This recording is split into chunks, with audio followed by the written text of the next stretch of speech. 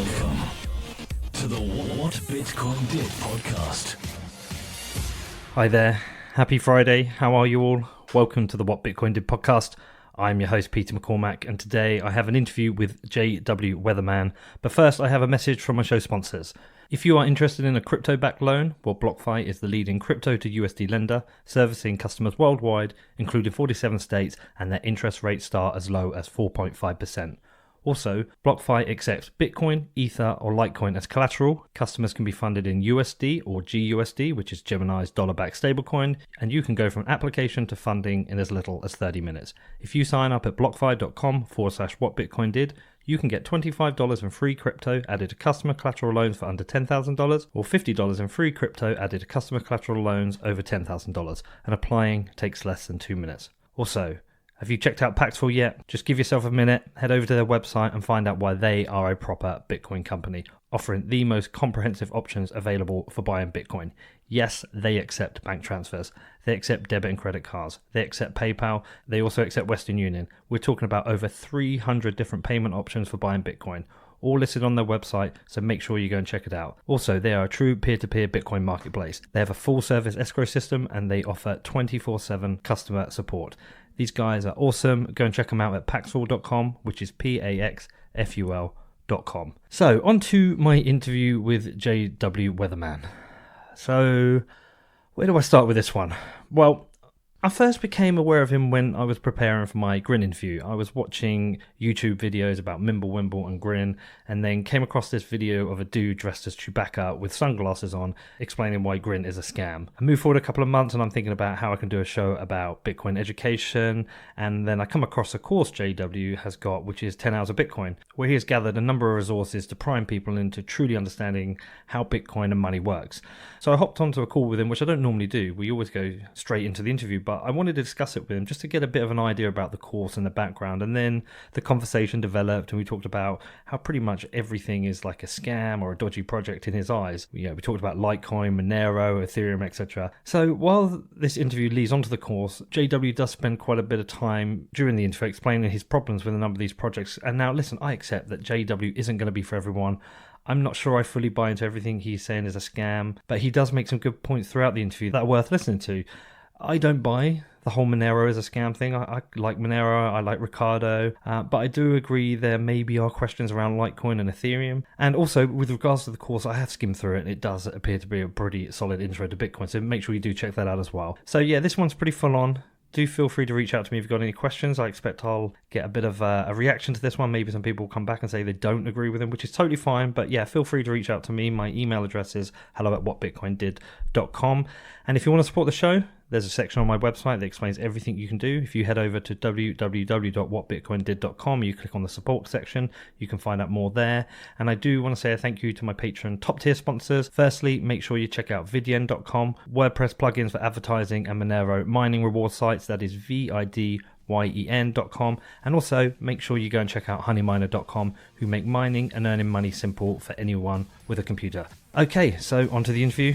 As I said, this is pretty full on, but if you've got any questions, do feel free to reach out to me. My email address is hello@whatbitcoindid.com.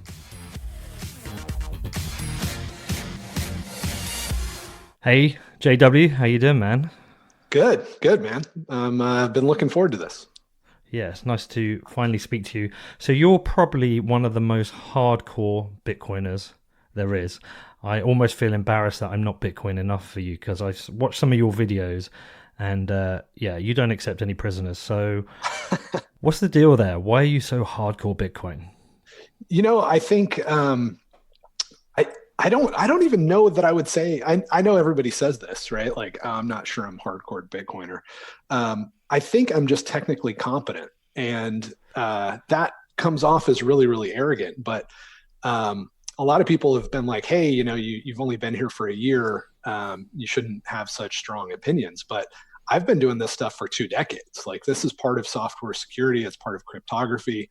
I've been designing systems, not electronic cash systems, but systems that use all of these same building blocks to solve problems for a really long time. So it's a lot easier for me with that kind of background to look at what's going on in the space and just call things fraud that are fraud. And, for me, if something makes claims about its capabilities or its technology that is, obvious vaporware, obvious nonsense, even then I'm pretty patient. Like even then I won't call somebody a scammer probably until I talk to them and have a little bit of back and forth and realize that they're just blatantly determined to lie about the technology in order to rip off, innocent people. But from that point on, yeah, I'm pretty comfortable throwing around words like fraudster and scammer and crook. So what was quite interesting for me this week is I'm doing something in this interview that I've never done before. So I've never had a pre-interview conversation, but I did with you because there was a few things I just wanted to get clear on with my structure. And you've probably noticed that in preparation for this interview, I've kind of put out a couple of provocative tweets just because I'm in preparation for this interview and knowing what we're going to talk about. I wanted to test the reaction, right? And it's not necessarily that I entirely agree with them, but you've probably noticed because I've tagged you in a couple of posts, right? Actually, I did notice you tagged me in a couple of posts, but I'm also pretty aggressive about blocking people. So I'm guessing that I'm guessing what you're referring to is some kind of inflammatory response from somebody that I'd already determined is not useful to hear from. Well, maybe, but I put out a couple of things, like, for example, I put out a tweet saying there's only two uses for a blockchain, which is Bitcoin and a stable coin. And it was in preparation for this interview. I just wanted to see how hardcore and how entrenched people are in their opinions. And it was a real test. And it's probably one of the most hostile set of responses I've ever received from all kinds of accusations saying, you don't know what you're talking about, blah, blah, blah. And then I also put out another one. I'm suspicious of any coin or token which describes itself as having a great community. So I purposely started provoking this week in preparation for this interview to see why people are so entrenched, because obviously we had our conversation about how I've gone from being a multi-coiner to a Bitcoiner, and the journey to understanding Bitcoin is really hard, and I'm still a long way off. So it's really interesting then to see, especially with Ethereum kind of bag holders, how entrenched people are in their views. So sorry, that's a big build-up, but why is it that people are so entrenched? Because you can identify people as scammers who create scam coins and such, but what about the people who so ardently support these projects? Well, I think there's a combination of things going on. One is I think that we underestimate how many people are getting paid to be scammers in this space. When I first got involved with Bitcoin, there was a charity that I had actually donated to in the past. I found out that they were taking money from Roger Ver in order to promote Bitcoin Cash, a libertarian, anti-war sort of group. And it was really disappointing to me, but that was one of my first experiences. And I would say most people still don't really believe it. Being a security researcher and kind of establishing a little bit of a reputation early on, people will send me stuff. So somebody was basically leaking me information on what was going on with this organization. And publicly, I confronted them, and they never denied it because they knew that I was going to, the moment that they denied it, I was going to provide evidence of it. But there's still people that will say, oh, that couldn't have, there must be something else going on there. It's really hard for normal people. And this is something else that I think makes it easier for me to come off as like really comfortable with frauds, is that if you've been working in software security for a long time, you've dealt with a lot of fraud, right? You've dealt with sort of law enforcement related stuff and dealt with scammers, and even just being in Silicon Valley, you get exposure to a lot of fraud and a lot of vaporware and software and things like that. So I think over the years, I've just developed a much thicker skin, but this is the worst space that I've ever seen for that sort of stuff. I've never seen anything that is this fraud ridden. And I'm not exactly sure why. I think that it's probably a combination of sort of the rebelliousness of the space with Bitcoin. That's going to bring in sort of a fringe group. And then I think there's just a lot of money. So, if you're a scammer and you were running some kind of shady import business in South Africa and you heard about what was going on with cryptocurrencies, this was the place to be, right? Like we are at ground zero of the Nigerian prince scams, all of the Nigerian prince scams that have been invented in the last, 5 years. I'm sure they've all taken place here. So it's a really nasty spot. And I think it's just really hard for normal people to believe that there's that much fraud going on. So that's the first thing I would say, is that I just think there's a lot more people getting paid to lie to you and trick you into buying garbage than most people are comfortable believing. But the other thing is that, like, once you've been scammed, it's really hard to admit that you've been scammed. And I think there's a lot of that going on as well. Like, once you've invested emotionally and mentally, especially if you've put any capital into it, right? When you're a bag holder, you're not just a bag holder because you've put money into it. You're a bag holder because if you say that this was a fraud from the beginning, you have to admit that you were dumb. And that's, or tricked, right? Deceived. But that's very hard for people to do. So I think those are the two things that are at play here in a more intense, bigger way than probably any industry outside of, horse betting or something, that's traditionally been, mafia stuff. Well, also, I think it's quite easy to create something that is suddenly traded on an exchange for which you can then offload for money. And it's whilst it's scammy, it's still legally kind of, some of it's a bit of a grey area, right? It's not someone like Rhett Crichton, who's created a number of forks of coins, could easily argue that his what he's done isn't illegal. It's just capitalism and whatever. But other people argue it's scammy. But it's kind of like that grey area, and it's quite easy to do. I don't think it's actually that grey. I think that these sort of investment frauds have been around for a long time. I think that what's happening right now with the ability to digitize them makes them easier in some ways to sell to people. And the regulators are having a little bit harder time catching up, and some of them are just being paid off. And there's enough money to where you can pay off the regulators, right? Because any Ponzi scheme, if you can get enough momentum behind it, then you don't really have to worry about the consequences because you just grease the right wheels.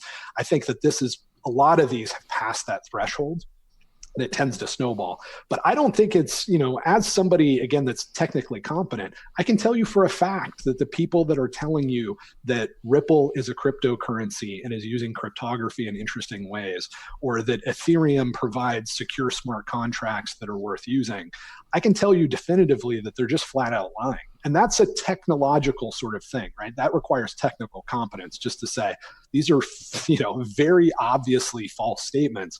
And then if you're comfortable with that, right? Like if you're confident that these are false statements, it's not really much of a stretch to say that these guys are just flat out lying, right? They're not accidentally wrong. They're not accidentally falling into all this money, right?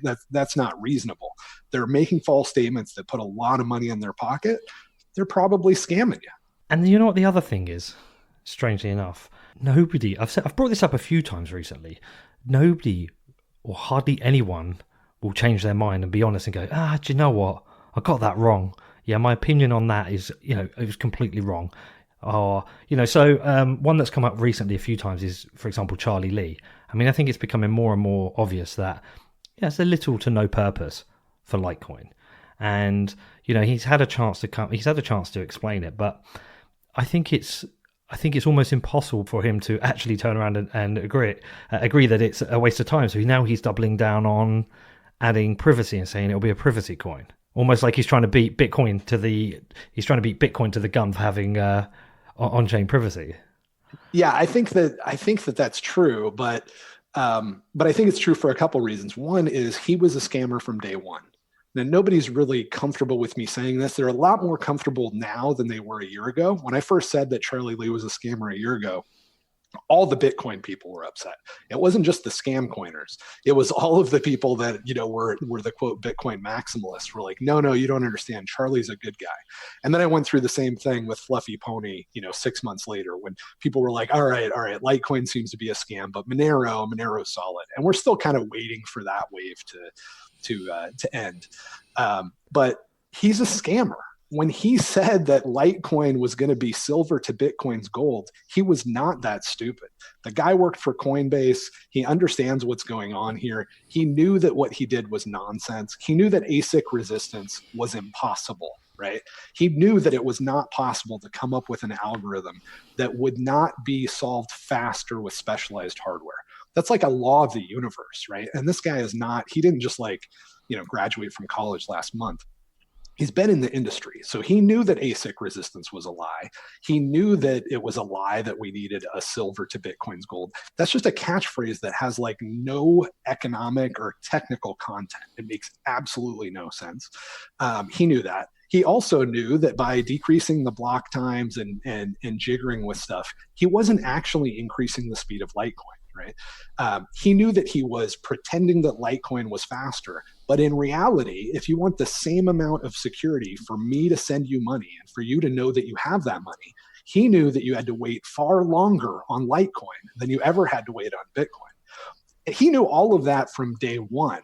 So he was a scammer from day one. But you know, as people slowly realize that they've been had, they're willing to say, well, now he's a scammer, or he should apologize at this point because it's become clear.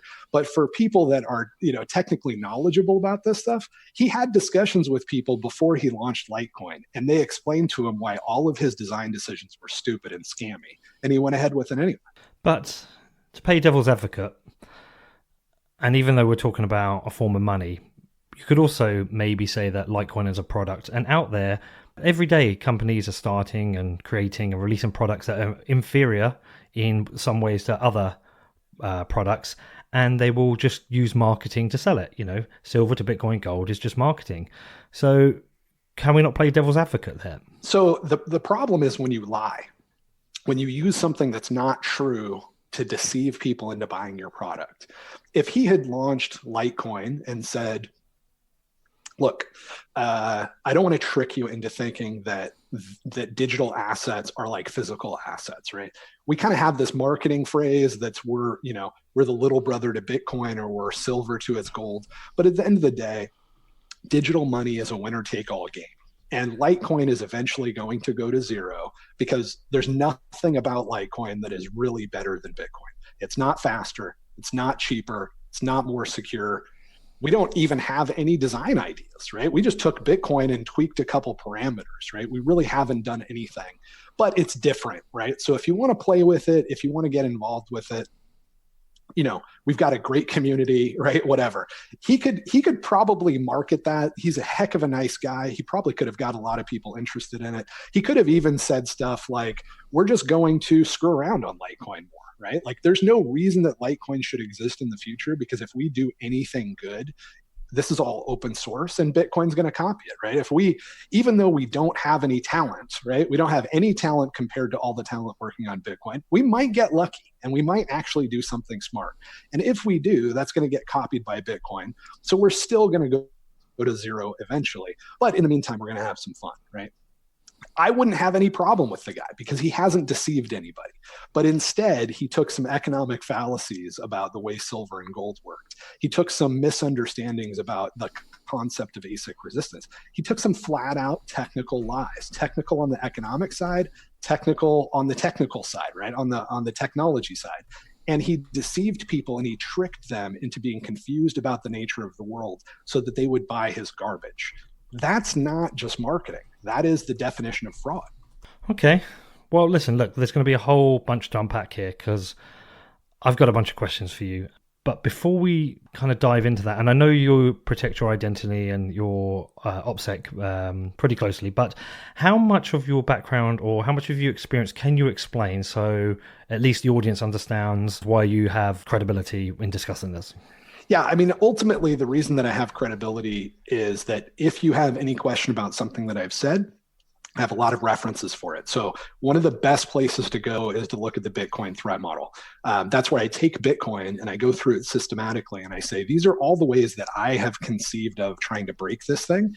And these are the safeguards. These are the countermeasures built into Bitcoin that I think would prevent me as an attacker from breaking it.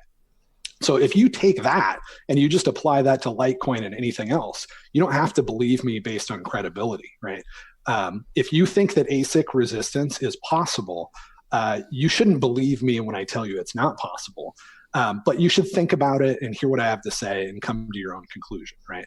And I can give you analogies to help you through that. I've got like a 3-hour course that we're going to talk about later on Bitcoin and economics. But at the end of the day, everything that I say that's credible can come back to some pretty basic first principles. So, for example, on ASIC resistance, I don't really want to say, hey, believe JW. I want to say, imagine a problem where humans cannot invent tools that makes that problem easier.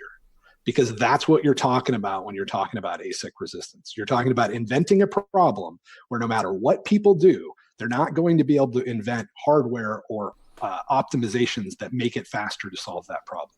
That's crazy, right?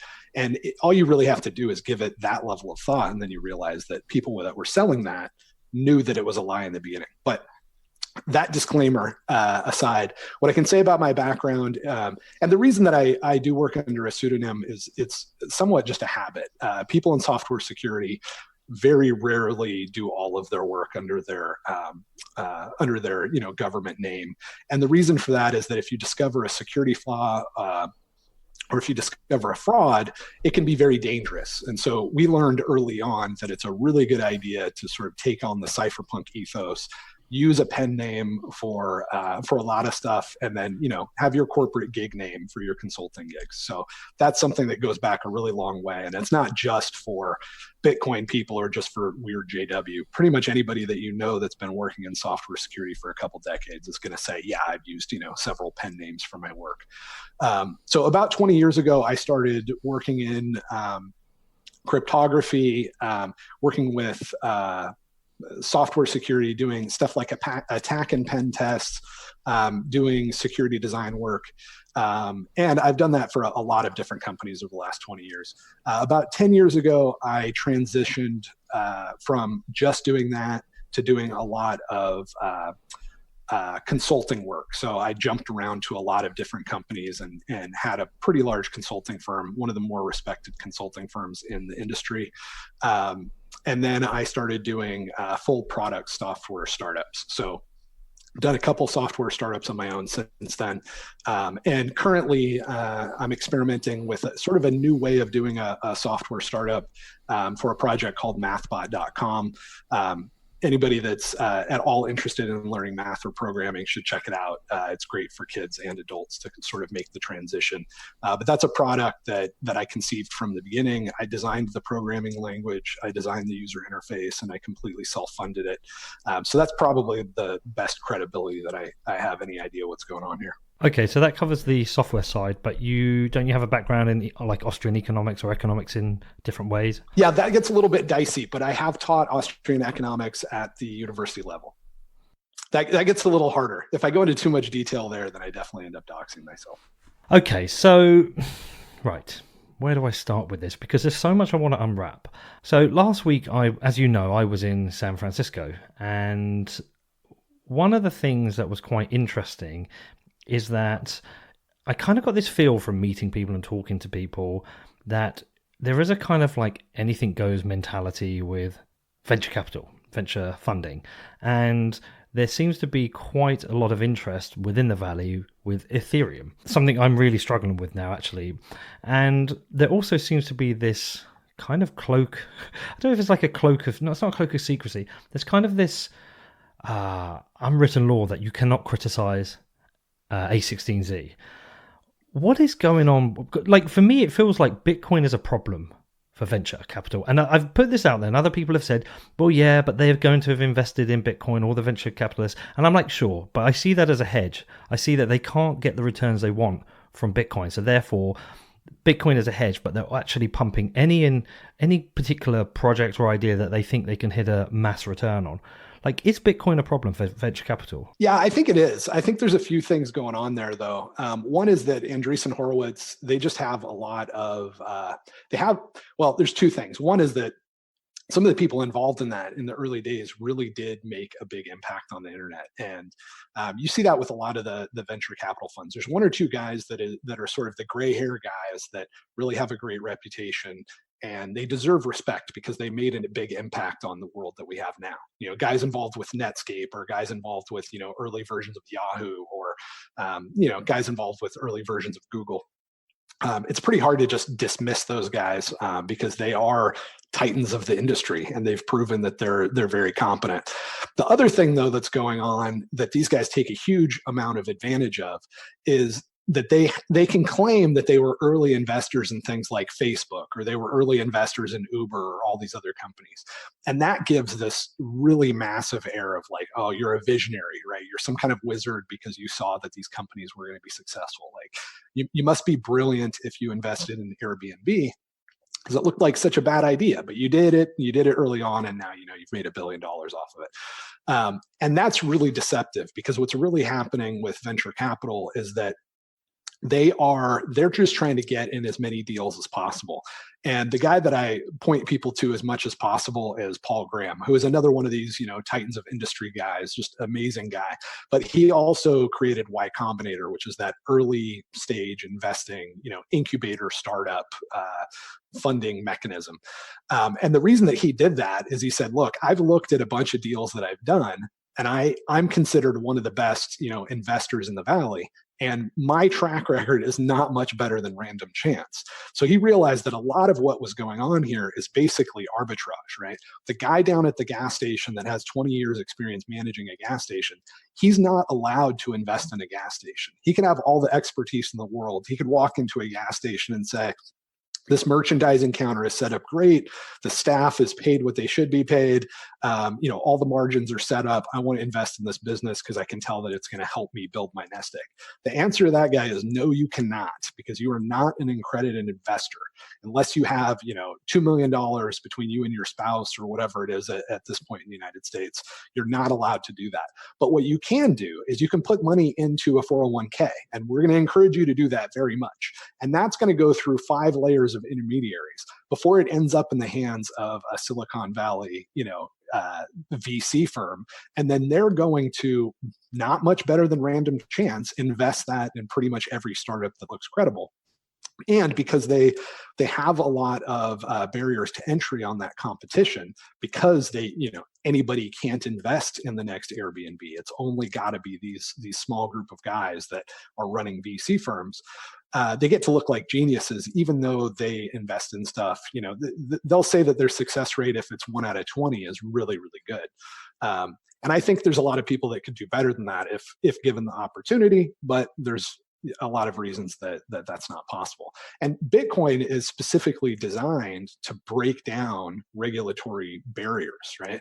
A lot of this whole system is propped up on being able to print money, and all of the crony capitalism and all the regulation and all of the favors and the shady deals that go on. Bitcoin is set up to destroy all of that stuff. You can't pay off the founders of Bitcoin to make some sort of a change or to implement a bad policy or whatever. Bitcoin is just this beast, this open source project that has too many eyes on it, and it's just moving forward in a very honest direction and crushing a lot of the middlemen in a lot of places. So it makes sense in that case that if you're sitting in Silicon Valley, you're not all that excited about Bitcoin. It's not really going to solve any problems for you, and it might make a lot of problems for you. But if you can get, something like Ethereum that is something where you can meet with Vitalik, you can become buddies with him, right? You can have a meeting with him and find out how his meeting went with Putin, and all of this sort of stuff that gives you insider information. That's a really good situation for you. You can profit from that knowledge. You can profit from those connections. And you can also facilitate things like, we'll make sure that the senators think that it's not a security, or that the FTC says that it's not a security, because, that chairman of the FTC, he's looking for a job in the Valley when he retires from government, right? We have this revolving door in a lot of these places. We have it with the Defense Department, but we also have it with the Valley. So it makes a lot of sense that something like Ethereum would be very attractive to those guys. Ethereum is a social justice warrior narrative wrapped up around, basically technology that doesn't exist, this goofy vaporware. But it has all of the things that they would want, right? Just as an example, it doesn't have a cap, right? There's no cap supply. They're printing that stuff at 10% per year. And who gets to decide how much they're going to print and how much they're going to reduce? Well, it turns out it's Vitalik. Well, why do people like to be close to the Federal Reserve? Because if you can find out that the Federal Reserve is going to change interest rates, or they're not going to change interest rates, that's a money printing machine. You can do very well from that. So Bitcoin doesn't have that, but a lot of these scammy things absolutely do. And there's just a lot more opportunity to profit from those frauds. if you're already really, really entrenched, right? For the average person, I think investing in Bitcoin is an incredible opportunity. But if you already have $1 billion and you have your straw stuck into the side of this deal flow, it doesn't have quite as much to offer, and it actually has a lot of ways that it can hurt you. Right, okay. So let's talk about Ethereum, because I see a mix of narratives from, depending whether you're a Bitcoiner or you're a Ethereum person, and there seems to be like a whole bunch of people who've talked about the creation of Ethereum. It was pretty much a scam based on false promises, and nothing's been delivered, and it's all kind of complicated, and promises of the future, etc., etc. At the same time, things are being built on Ethereum that are being used. Whether we like them or not, there are things that are being built on there that can be used. So what's your position on Ethereum? Well, look, I think that there is a lot of appetite for smart contracts. I think smart contracts, Bitcoin has smart contracts, but a more generic smart contracting platform, there's a lot of really interesting things that could happen there. Why is there no really interesting things happening on Ethereum? The answer is that even though there's a lot of desire to build smart contracts that are irreversible, right? Like it would be really interesting to build Powerball. Powerball is I don't know how many billions of dollars a year in ticket sales go to Powerball lotteries in the United States. The UK is actually even more interested in gambling than that.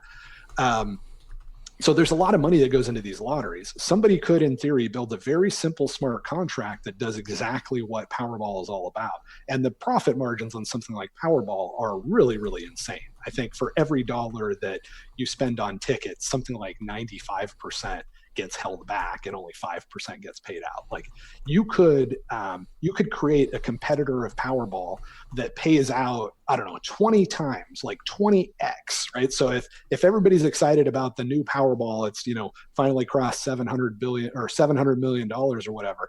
It could be 20 times that, right? We could be talking about 20 times 700 million and still work, right? Still be very, very profitable. Why is it that nobody's considering doing anything like that on Ethereum? Well, the answer is that we already know that Ethereum is not what it claims to be. As soon as you build a smart contract that results in unpopular transactions, we already know it will be reversed. It's happened more than once. We also know that it's not even possible to write some of the simplest smart contracts on Ethereum in any sort of reliable way, because the way that they went about designing their programming language was perfect for marketing, perfect for scamming and for getting people to think that they have something, but terrible for actually implementing secure smart contracts. So it's not even a good idea to do a multi-signature wallet on Ethereum right now. And that is probably the simplest smart contract that I can imagine. So that's how scammy this thing is. There's stuff like CryptoKitties that were built on it and brought the network to its knees, because in addition to pretending to be secure, it's also pretending to scale. It doesn't actually do either of those things. And I think that there are a lot of potential really interesting applications, like, for example, gambling and things like that. But they're not going to be implemented on Ethereum because people that have the technical competence to build the interesting stuff know that it's not a good idea to try to do it on Ethereum. But that doesn't mean that they can't make a lot of money shilling that token and playing the game. But ETH2 is coming with sharding and lots of other things I've heard about, which is going to solve the scaling issues. Have you looked into ETH2? I think I looked at a screenshot of their roadmap. The reason that I'm not going to spend a ton of time with Ethereum. So a year ago, I did the Bitcoin threat model, and I spent probably 6 weeks of obsession just going through Bitcoin and figuring out all the ways that I could break it. As soon as I released that, a lot of people said, "Hey, can you do this for Ethereum?" And I already knew enough about Ethereum to know that it was BS. But I knuckled down and I thought, okay, I'm going to actually look at this. And I think before the day was over, like before 8 hours had passed, I already knew that it didn't have a cap, right? So there's no cap on the total number of the Ethereum that can be created. That is insane, because the only way that you could reliably secure a proof of work network is if people want to hold the token for a long term, right? You're not going to want to hold the token for the long term as soon as you realize that it has no cap. So I reached out to a lot of people that were excited about Ethereum, and I said, hey, do you realize there's no cap on this thing? Do you realize that these guys print more Ethereum every year than the Federal Reserve by about 2 to 3 times?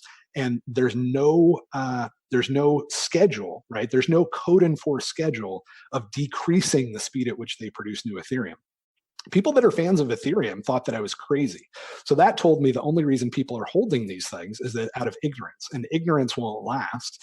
And as that ignorance fades, you're going to end up with people that don't want to hold these tokens that are just being inflated. Well, why do I even need to do more security analysis on that, right?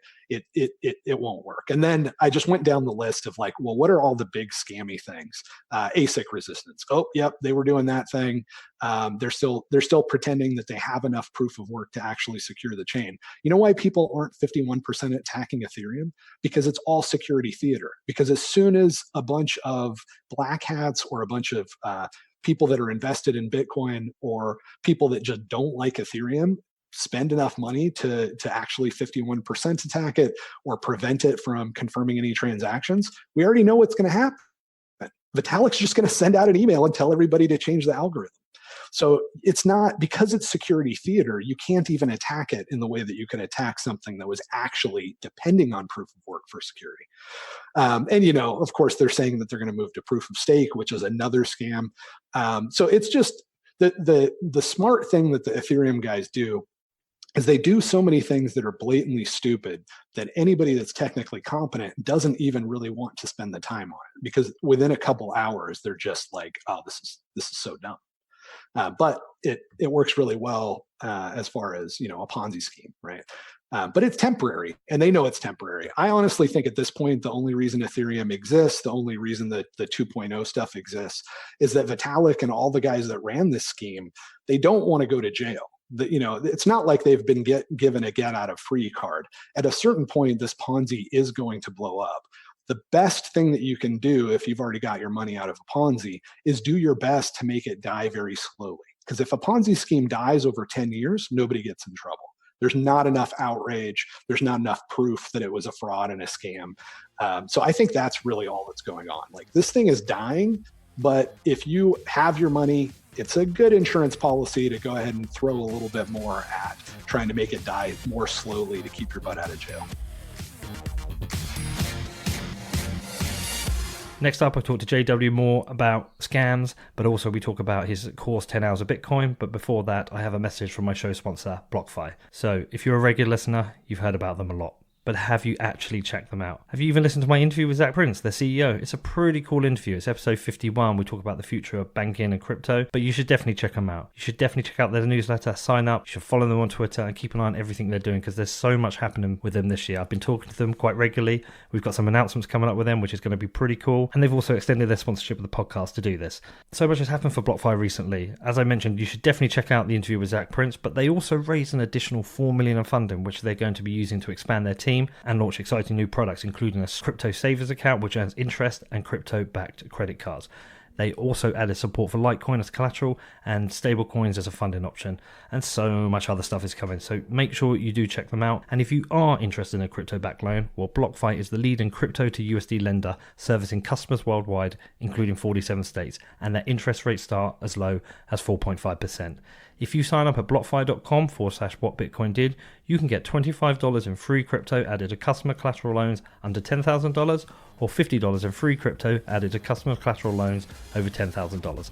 And applying takes less than 2 minutes. Okay, what about MakerDAO? That is getting so much coverage now. So whenever I criticize Ethereum, the first thing what happened is someone's going to jump in and say, yeah, but look at MakerDAO, look at the success, there's 2 million ETH locked up, or whatever it is. And I listened to the Laura Shin interview with, I think his name's Rune, I can't remember his name, but the MakerDAO guy, and every kind of concern I had, she had similar ones and asked questions, and he gave quite solid answers. Have you looked into MakerDAO? I looked into it a little bit, but it's another one of those things where it's like, I don't want to spend a lot of time on it because it's just not all that interesting. But let me walk you through sort of the thought process that I think you should have when you're looking at any new technology.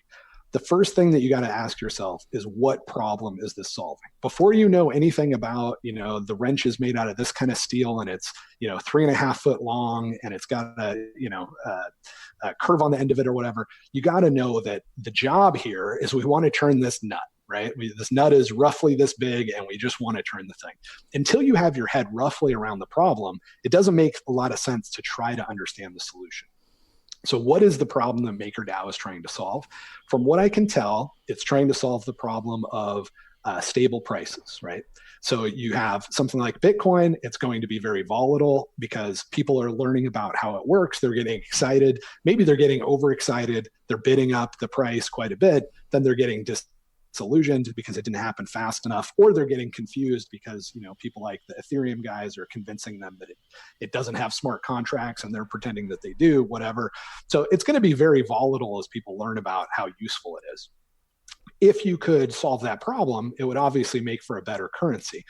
I think that it's very obvious that any new technology is going to be volatile, and any new asset that's being adopted as money is going to be volatile.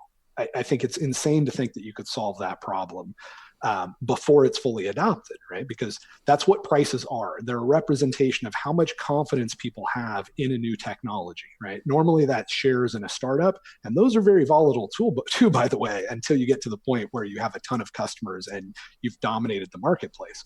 So I think the idea that something that's competing to be money like Bitcoin, it should in some way or could conceivably be stable when the world's understanding of its utility is completely unstable is nonsense. But that problem is a legitimate problem. So how could we create a digital currency that's stable?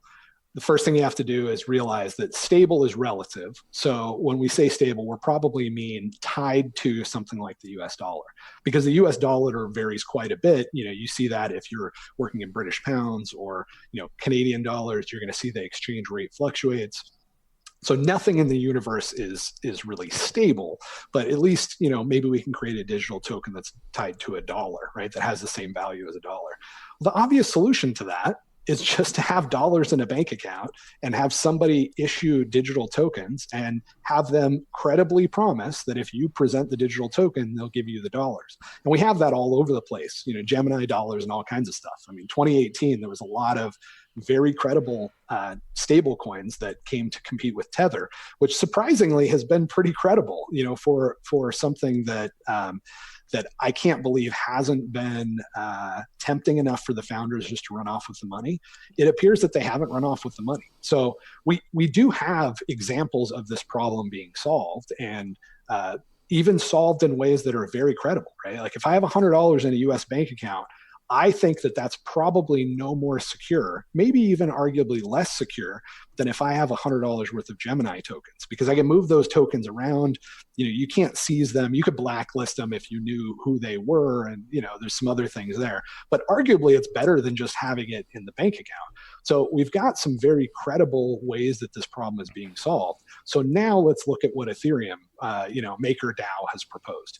Well, their idea is that we're going to create stability through these really complicated systems, right? One of the things that you'll notice about things like cryptography or security or even legitimate software companies, like if you're ever an angel investor, you should probably walk out of the room in the first 5 minutes if you can't understand the problem and roughly the solution, right? You don't need to be able to write the code, but if you don't understand that Airbnb is going to resell people's home office space as hotel space, and they're going to do that even though it's illegal because they think that they're going to be able to copy Uber and just do it rapidly and make it popular before they get shut down.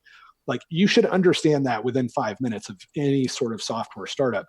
That applies to stuff like these Ethereum MakerDAOs and things like that as well. If you can't understand the problem and roughly the solution in about 5 minutes, it's probably a lot of BS. And what these guys have done is they've made complications upon complications, but after spending a little bit of time with it, their solution is roughly, we're going to take a bunch of Ethereum, we're going to put it in a basket, and that is going to, maybe we'll grab in some other crap coins, some other fraud coins, so it looks like we're diversified. But initially, it's just going to be Ethereum. Well, there's no way that if the price of Ethereum goes to zero, for example, that you're going to be able to get your US dollars worth out of it, right? Right. So it's not a good idea, but it's not a bad idea for confusing people and making it seem like a smart contracting platform that has been proven so insecure you can't write even basic smart contracts, right? Like I was saying before, I'd be worried, and I don't know if anybody's even comfortable doing this yet, creating a multi-sig wallet on Ethereum. That MakerDAO thing is some of the most complicated stuff I've ever seen as far as logic and what they're pretending that they're going to do with this stuff. And they're going to write that in Ethereum. Like we can't even do a lottery on Ethereum yet. That seems too risky, but we're going to do this crazy thing. Like, the DAO project by comparison was far more credible. We're just going to take in a bunch of money. And then if you have, some of this DAO token or Ethereum or however they had that worked out, you'd be able to vote on it. And we're going to issue money out like a virtual VC firm. Very simple. You understand the problem. You understand the solution right off the bat. Of course, they couldn't actually do it because it was all security theater. And the guys that were actually trying to build something cool didn't realize that. But in this case, I think the complication tells you that the guys that are making MakerDAO, they're in on it. They know that they need to create something that is inconceivably difficult to understand because it's vaporware. Okay, a couple more things that have come to mind. We seem to have a huge blockchain industry. We have blockchain companies, blockchain consultants. Everywhere I look, there's like blockchain experts. But what are the kinds of things that a blockchain should be used for? As far as every competent and technical person I've spoken to, they've said, a blockchain isn't great for many things, right?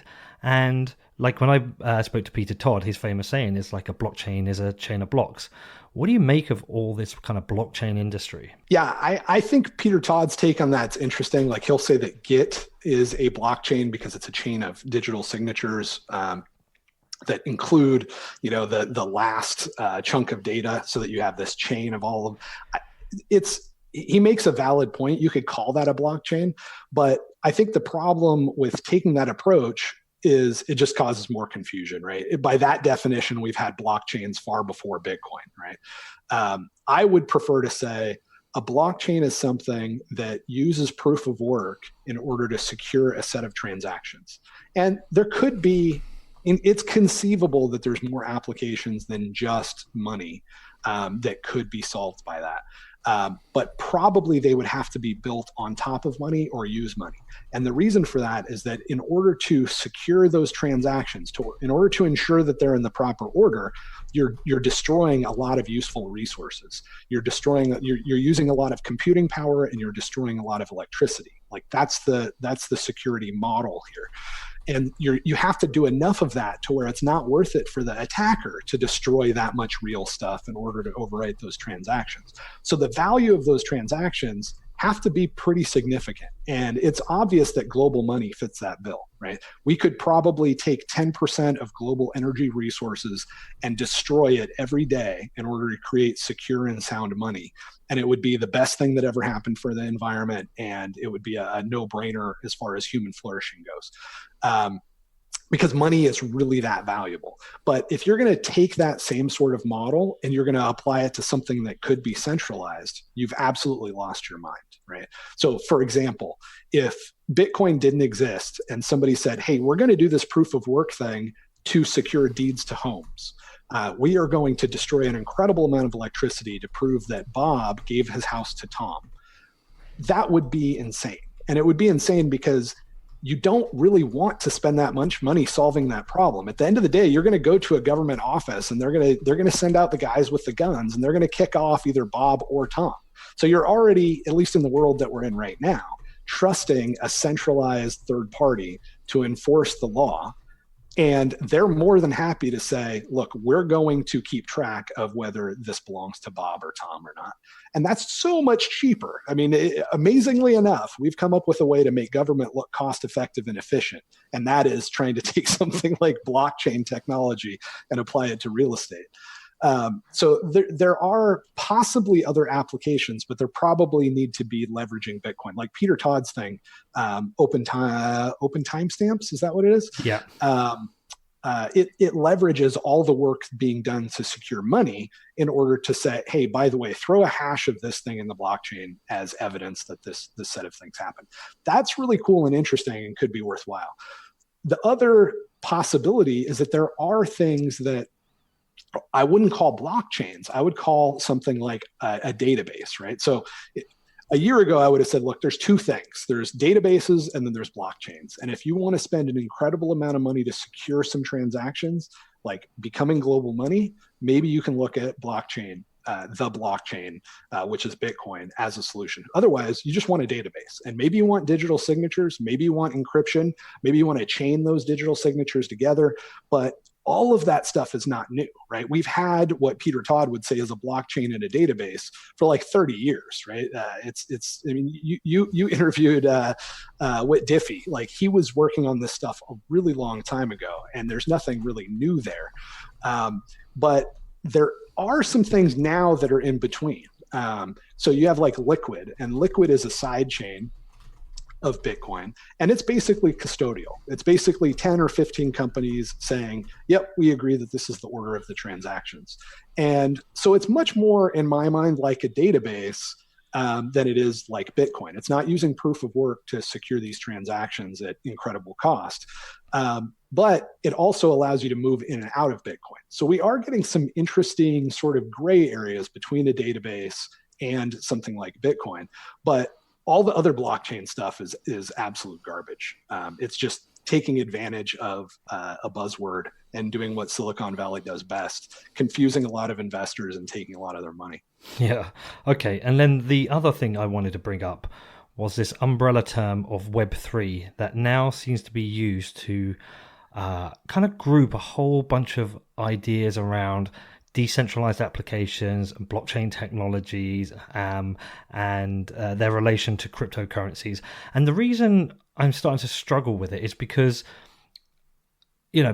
back in, 10 years ago when I worked in digital marketing, and whenever Web 2 happened, it didn't feel like somebody sat there and defined what Web 2 was. It kind of just felt like this phase in time where things started to change. We had more interactive websites. People were building things with Ajax. You had kind of fluid web pages. We had kind of social media that came to come into play. It wasn't like this defined architecture, like re-architecture of the web. It was just this kind of new set of more interactive technologies that happened. And if anything, it felt like Web 2 was almost like it was almost like people looked back on it and said, kind of, this is where the internet kind of migrated from Web 1 to Web 2. Yet with Web 3, it seems to be there are people now out there defining exactly what Web 3 will be. It's going to be this stack. It's going to be these technologies. And this is how it's going to work. And I'm kind of thinking, wow, really? Like, is that really it? Or are there going to be technologies that will be adopted, some that won't be? Probably not an entirely new decentralized stack with dApps at the front of it. And I started to think that's potentially almost itself, I don't want to say another scam, but it's kind of like, it's a little bit arrogant to start defining what Web3 is, because like, who really knows? No, I think you're spot on, man. I think you've had enough experience in the industry to where you can see that that's incongruous or incongruent. There's an incongruity there.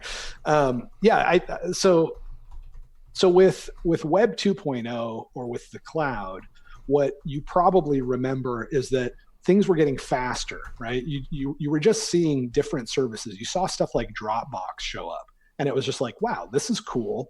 I have an incredible amount of storage. I can put it in Dropbox. My laptop I can buy a cheaper laptop now because I can keep all my stuff in Dropbox, right?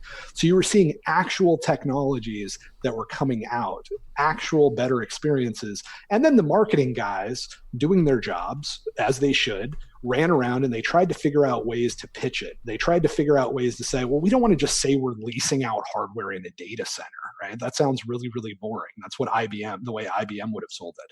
So the Microsoft guys were like, well, why don't we call it the cloud, right? Or why don't we call it Web 2.0 or whatever? And that is completely legitimate, right? That's creating a narrative and a story around an experience and a reality of evolving technology that is actually there. Right. And I appreciate marketing people when they do that, because it helps people understand the value that people like me bring. And then I just can't communicate it. Right. So that sort of wizardry is very, very good. But you're absolutely right. What's happening with Web 3.0 or, these decentralized apps or whatever is it's backwards. There's none of those exist. Right. There are no decentralized apps. CryptoKitties doesn't really exist anymore, which should make Andreessen Horowitz completely horrified if it wasn't for the fact that that's typical. They almost always invest in stuff that's that stupid or worse.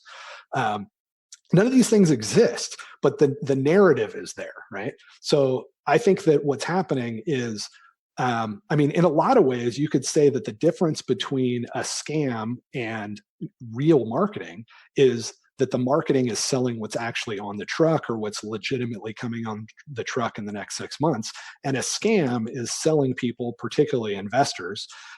So if you were running around right now and you were trying to raise money for a startup that was going to, do tomato farming on Mars, I would say, look, that's a scam, right? That is so far outside the realm of your current technical capabilities. And when you present it to investors, like you're going to be able to do that next month, you're deceiving them and then you're taking their money. That perfectly fits the bill for all this Web 3.0 stuff. But that said, what they're doing is they're looking at technology that real people are working on, right? Like people like Nick Szabo and Adam Back have been working on stuff like this for 20, 30 years. And we are getting closer to being able to do that, right? Like Elon Musk may eventually end up on Mars, but if you're running around selling farming on Mars today, you're a scammer. And that's what those guys are doing. We don't right now. We're getting really, really close with Liquid. Like simplicity in Liquid is really, really exciting. I think it's going to be possible to build all of the stuff that people have, all the stuff that is actually not stupid, that people have been excited about building on smart contracting platforms. I think that's going to be able to happen on Liquid and Simplicity as soon as it's ready. And it might be ready in the next few years. Like they're making really, really good progress on that. But it's not going to happen on Ethereum because there's just no real technology there. It's probably not going to happen on any other proof of work chain other than Bitcoin, because all those other proof of work chains maybe have to be vaporware, but certainly are vaporware. I can't tell you that it's not possible somebody will come up with something that uses proof of work that's better than Bitcoin. I think that's a possibility, but I can tell you right now, nobody has credibly come anywhere close. And everybody that said that they're doing it is just flat out lying. Wow, so we've done 52 minutes. We haven't talked about Monero or Grin, and I know you want to talk about those as well. And I've still got stuff to ask you about Bitcoin. I mean, do you want to quickly talk about Monero? Because I know you have a particular issue with that. Because that was always the one I was like, even though I felt the kind of gravity of Bitcoin, I was like, well, I still like Monero. I still have some, by the way, which I've been umming and ahhing about keeping, because I was like, well, Bitcoin doesn't have on-chain privacy. Monero does. So there is a use case there for people who want private transactions. But you have a different view, right? So I like Monero. I like to talk about Monero specifically because I think it's just, for one, it's probably the last one to root out of the hearts of otherwise, honest and hardworking people that are in this space. But it also is a perfect microcosm of the life cycle and the strategy of these scam coins. So what happened is guys like Greg Maxwell came up with the idea of confidential transactions, guys like Adam Back, right? And it wasn't ready yet. It was too big. It was going to bloat the blockchain too much. It was going to make transactions too large. And so they said, okay, we still have some work to do. And then they worked on it, and then they came up with bulletproofs not that long ago. And they're continuing to make progress on it. In fact, they've already implemented it in Liquid, even though they're just now getting to the point where they're thinking, well, maybe we should start talking about implementing it on Bitcoin. But during that period of time, where honest, hardworking, smart, and capable people were working on this problem, you had the entrance of good old Fluffy Pony. And what he did is he showed up and he said, yep, it won't work for money, but it will work for a scam. And so he pulled confidential transactions and wrapped them with ring transactions. And he created this scam coin. And the reason that it's a scam coin is that it has absolutely no chance of competing with Bitcoin. And one of the ways you can know that is you can just ask him, is this thing better than Bitcoin? Does it have a reasonable chance of ever becoming Bitcoin or better than Bitcoin? And he'll flat out say no. But then he'll follow that up with, it doesn't have to be, right? Money can be many, many different things, right? We can just, we can have money for private transactions. We can have money for public transactions. Maybe we'll have different money for the golf course and different money for the Girl Scouts. He creates this whole nonsense narrative that actually Andreas Antonopoulos has been pretty good at supporting and creating as well, that money doesn't need to be a single thing. And that's an economic fallacy that any economist will tell you, no, that's not, you've just redefined the term money. Money is something that we use as a medium of exchange and a store of value and a unit of account. And a unit of account means that we can actually do profit calculation. I can actually know if I started out the year with 300 chickens and I ended up with 100 goats, am I richer or poorer? Well, how do I do that? How do I calculate that I'm a richer or a poorer man now? Well, I need a third asset. I don't need 5 other assets. That's not going to solve my problem. I need a third asset so that I can measure the value of the chickens in that asset and then also measure the value of the cows in that asset. And in order for that to be a reliable measuring stick, I pretty much need everybody that I'm trading with in my geographic region to be using that same thing. And that is what we call money. So they've done a really, really good job of taking advantage of the confusion that people have around what money is and pretending that there can be multiple monies in the long run. And that is an essential ingredient to any of these scam coins, which is why in the Bitcoin course that I'm putting up on 10hoursofbitcoin.com, it spends a lot of time helping you understand what money is and the history of money. Because if you know that money has to be one thing, most of these scam coins immediately become uninteresting because you know that they can't beat Bitcoin. And none of these guys really want to say they're better than Bitcoin or they can compete with Bitcoin to be money. Even Ethereum will say, well, we're not trying to be money. We're trying to be a world computer, right? It's the quick switch of the hand, misdirection sort of thing that has to happen. So I don't think any of these things matter anymore. Like I spent the last year fighting against them because I felt like people were on fire and they were throwing their life savings into things that were just blatantly deceptions. And I felt like I really, had to do my best on Twitter and elsewhere to tell people, hey, this is why this is not legitimate. At this point, it's sort of the burned over district. Like all that stuff is done. Those series of attacks are over. The Ponzi schemes are dead. If you somehow have any money left in these things, I would recommend that you get out. It's not likely that you're going to see another pump in them, in my view. But more importantly, I just don't have to care about them anymore because they're probably at the level of like normal levels of scamminess. And I don't think that they're any longer delaying the adoption of a sound money. The reason that I get really passionate about this stuff is that if humanity had a secure money, if we had a sound money or a secure money, a money that's hard for governments to steal and extort from us, a money that allows us to trade with each other, we would all be far more productive. And if we're all far more productive, we're going to have a lot fewer things that are painful, right? We will be able to solve a lot of problems. Death and disease will become less, just like it was a lot more 100 years ago. If we could have a secure money, it will be a lot less in 50 years. But now all those things are over, right? Like they're not viably slowing the adoption of a sound money. So they're just another scam. I'm not super passionate about trying to shut down every Wall Street fraud and every, guy that's selling electronic emitters to get rid of pests. That's not really my thing. But when it came to trying to defend the adoption of a secure money, I was passionate about it. Now I think they're done, but they're interesting to point to as examples of attacks on Bitcoin, but they're not, any one of them is not really relevant. All right, so let's get on to Bitcoin and education. And actually, I did a couple of podcasts over Christmas and New Year's. One was with Meltem, and I think the other one was with I think it was a Marty Bent, and I was kind of reflecting on the previous year and looking to the future. And I said one of my New Year's resolutions is that we need more education in crypto. And obviously, I'm aware of your course. That's why we're talking. Yeah, it's taken me nearly 2 years to get to the point where I'm really starting to, and I say starting to understand Bitcoin. There's still a long way to go, but I'm starting to understand why it's so different from everything else, why it's worth investing my time and energy in it, and why it's worth getting away from all these other altcoins and tokens. But it's taken me 2 years, and then you're always going to have new people coming into the space, and they're going to come in and they're going to see a variety of coins and tokens, it's very difficult to understand the difference on why one is more important than the other. Yet you're kind of having a go at this by producing your course. So give me a background to the course, like why you're doing it and what the structure of the course is and who it's for. Yeah, absolutely. So about a year ago, when I got into Bitcoin and created the threat model, I started engaging with people on Twitter. And at first I thought, I'll just have the conversation on Twitter. I'll just explain to people that money has to be one thing.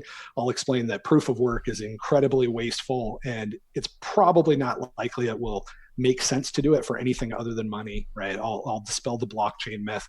And I'll go through all of these things on Twitter. The thing that I ran into is that you're right, it's just too hard, right? I couldn't, it's too complicated to bring somebody totally up to speed in a few tweets and a little bit of a text exchange, especially if they have no background in economics and no background in technology. I mean, you guys are walking into one of the most scam-ridden opportunities to invest in technology, maybe that the world has ever seen, and you don't have a background in technology or economics, and we're trying to create money here, right? This is going to be tough.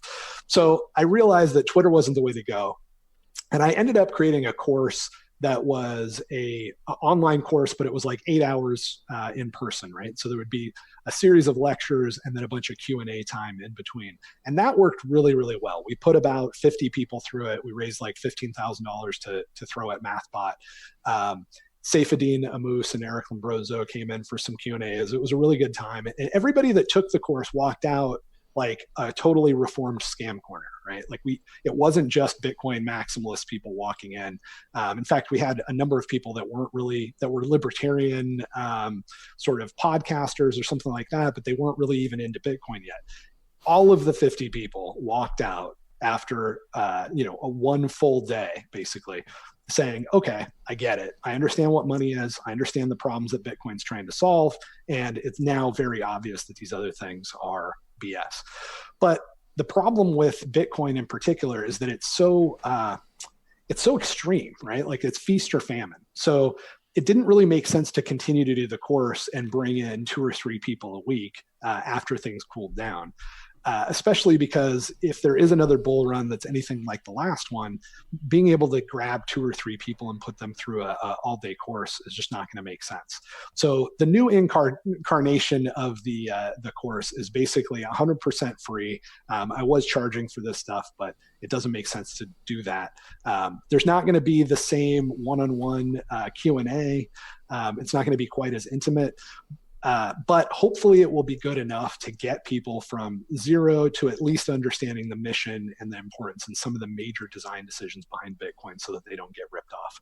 So you can go out to 10hoursofbitcoin.com right now and you can see basically what it is. And the idea is it's not reasonable to take somebody in an hour and get them up to speed on Bitcoin. There's too much. It's also not reasonable to ask somebody to invest 100 hours, right? If you're just a regular guy and you're thinking about buying some Bitcoin, you're not going to invest 100 hours up front. And if I ask that of you, you're probably going to end up investing in Ethereum or Ripple or something else.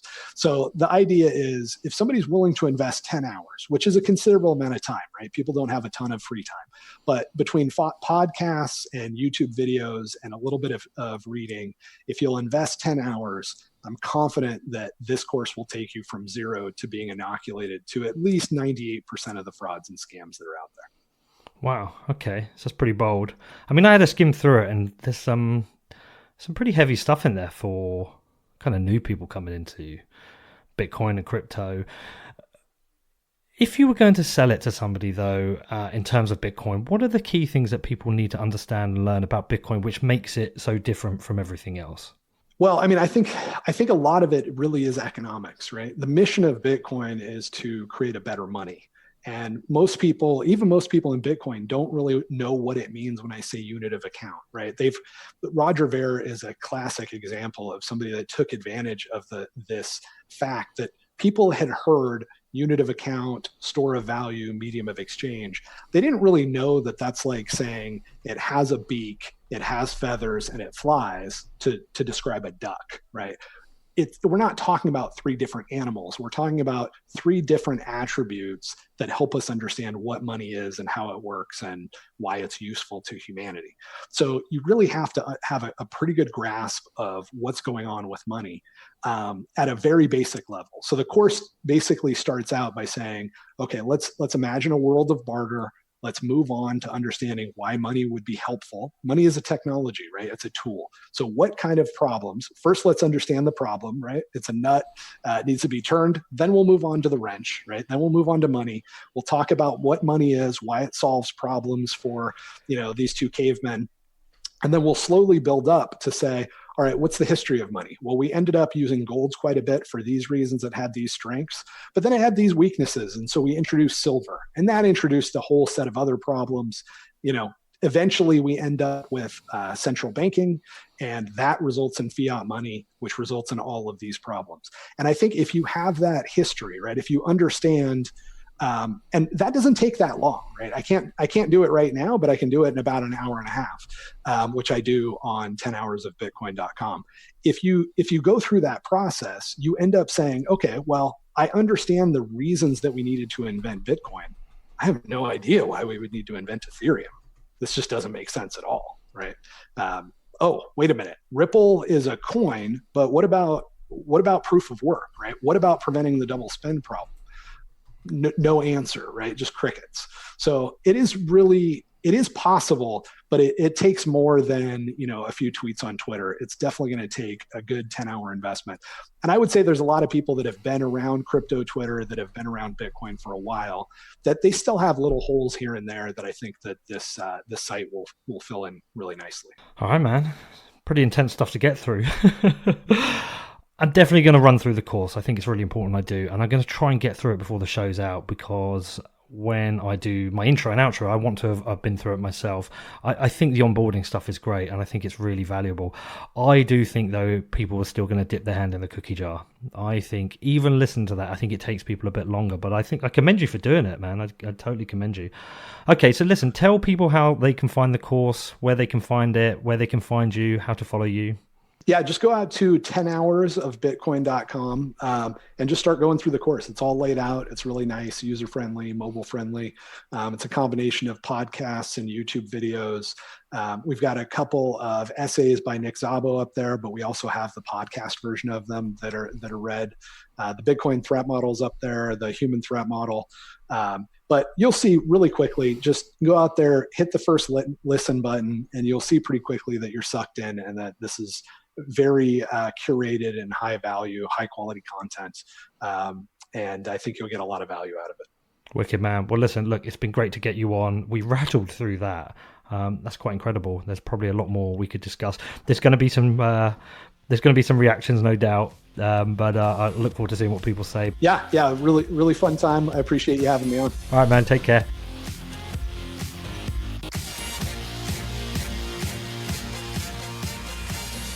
What did you make of that?